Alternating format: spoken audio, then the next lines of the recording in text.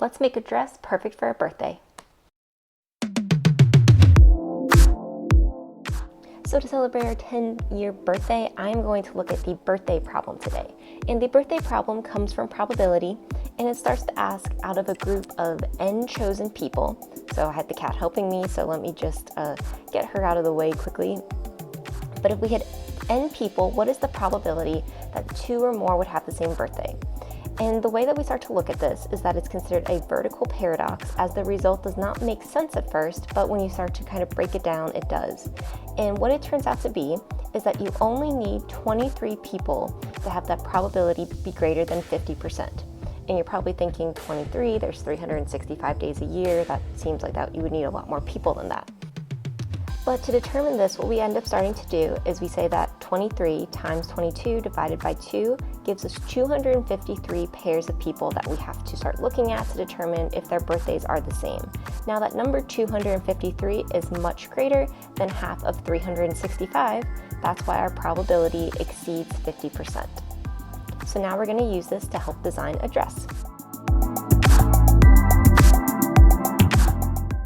So to create my dress, I started off with the skirt, and I decided to do very similar to how I had for past skirts and dresses, that gathering effect with multiple layers. So for this, I cut out 3 or 4 different layer pieces. So I had the top, which is gonna be my waistband, and then I had 3 additional layers underneath. And I performed a gathering stitch for all of them so that I'd be able to attach each to each of the additional pieces, gathered it so that it would get that poofy effect. Once I had them all together, I took a straight seam up the side. As this was just cotton, I was able to use a straight stitch, so I matched it all together. Luckily, everything was measured up exactly, so the different layers, the seams all matched. And once I pinned it up, I then took that straight seam. And here's what the bottom looked like. I didn't do anything with the waistband yet, as I wasn't quite sure how I was gonna have it look, but now it was time to start adding colors. So I had about 6 different pieces of colored tulle. I cut them into 6-inch rectangles, and then I started to hand sew them into a long chain to add to my skirt. Once I had them pinned and kind of all together in one long chain, I went through and hand sewed it into each little spot. So this took a long time. It was a lot of little hand darts to make sure that it would all in the same place. But this was how I got all the colors to lay exactly where they needed to be, and so that they wouldn't move around. You can also see there's a couple where they're the same colors are next to each other, so this was how I brought in the birthday problem effect. So like the colors are supposed to represent a birthday, so if 2 got the same colors are next to each other, that's the same birthday. With the bottom done, it was now time to work on the top, so I wanted it to be a strapless top, so I got some of this, the same white cotton I'd used on the bottom, and draped it on my mannequin, figured out where I wanted to add some darts, also took a seam in the center as it wasn't a large enough piece on its own, and in addition, this was also going to provide some support to the bodice, so I took a seam for both darts on the center, and then I also took a hem at the top. And here's that completed bodice front portion. So now it's time to work on the back, which I'm going to do in a very similar fashion of draping the fabric. I also want to make sure that the seams all line up. And then once I do that, I will be going through and attaching it to the bottom of my skirt.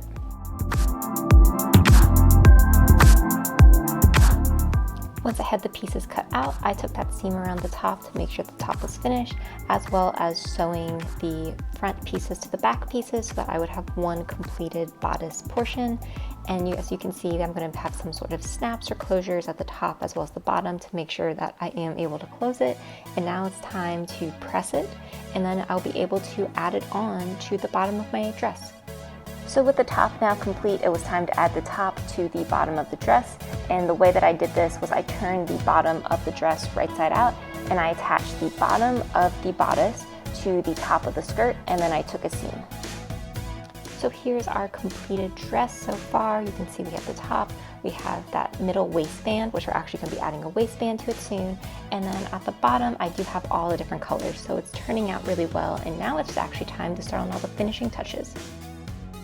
So the first element I did was I added some snaps to the dress, so I wanted to make sure it was able to stay up on my dress form. So I added a snap at the top as well as one in the middle and one at the bottom. Next, I added a waistband, so I got some of this really pretty blue fabric, and I decided that I wanted it to kind of be a break between the really pretty bottom that's all colorful and then that white top portion. So this way it's just a really nice tie, and then you can see the snaps there, so everything's laying really well. For the waistband, I took some of that blue fabric as I showed earlier, folded it in half. This was around 48 inches by 6 inches so that it would be a 3-inch waistband, and then just took a seam and then pressed it so that it would lay all nice and flat. I then started to go around making sure that the waistband did look good, tied it in place to see what it would look like, and I saw that everything was laying really well and it looked exactly how I wanted it to look. When I started to do this though, I realized that the top was a lot more see-through than I was anticipating, and I decided I wanted to add a nice flowy layer to it that would give it a little bit more depth and make it so that you could not see through the top. So I got this really pretty white chiffon, and what I'm going to do is actually just add it to the top portion of the bodice, and then it's going to join back with the dress at the waistband. So to get this to work, what I did was I went around and pinned that white chiffon piece to the white cotton bodice I already had, and then I took a seam at the top so that you would not be able to see any of the raw edges. So here's the top so far. It looks really nice. That white gives it a really fun element that it did not have before. So now to finish off the bottom portion of the white chiffon, what I'm going to do is actually tuck it into the waistband. And to make sure it stays in place, I am going to hand sew this since I thought of it a little bit after the fact.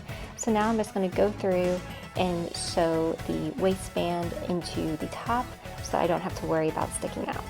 In addition, I am going to add 2 snaps to the white chiffon as well. So I was so close to being done at this point, and the more that I looked at it, I loved how the bottom looked, I loved how the waistband looked, but it felt like it was missing something at the top, like it felt like 2 separate dresses. So what I'm going to do is add some of that light blue fabric I used for the waistband and actually add it at the top as a really nice border and an edge to the dress, just to tie everything back together. To do this, I made some bias tape, so I will include a link to the video that shows you actually the whole process of me making this in case you like to make your own. You could definitely have bought this though as well. And then I pinned it around to the top of the dress so that I'd easily be able to take a seam, sew that onto the dress, and then have everything be completed. And here is my completed party dress. I love how it turns out. I even tried to make the little party theme for the photos. You can see the really fun, colorful skirt at the bottom. And remember, each of these colors represents a birthday, so to speak. So if you have 2 colors next to each other, that would be the same birthday. So really trying to pull into it the birthday problem with all the probability, which really makes this a fun dress. The back has that really nice tie element, the snaps are working, and then I did go out and get a cake from a bakery in the Northern Virginia DMV area, so I will link the bakery below in case you're interested as well. If you like this video and want to see more, be sure to like and subscribe.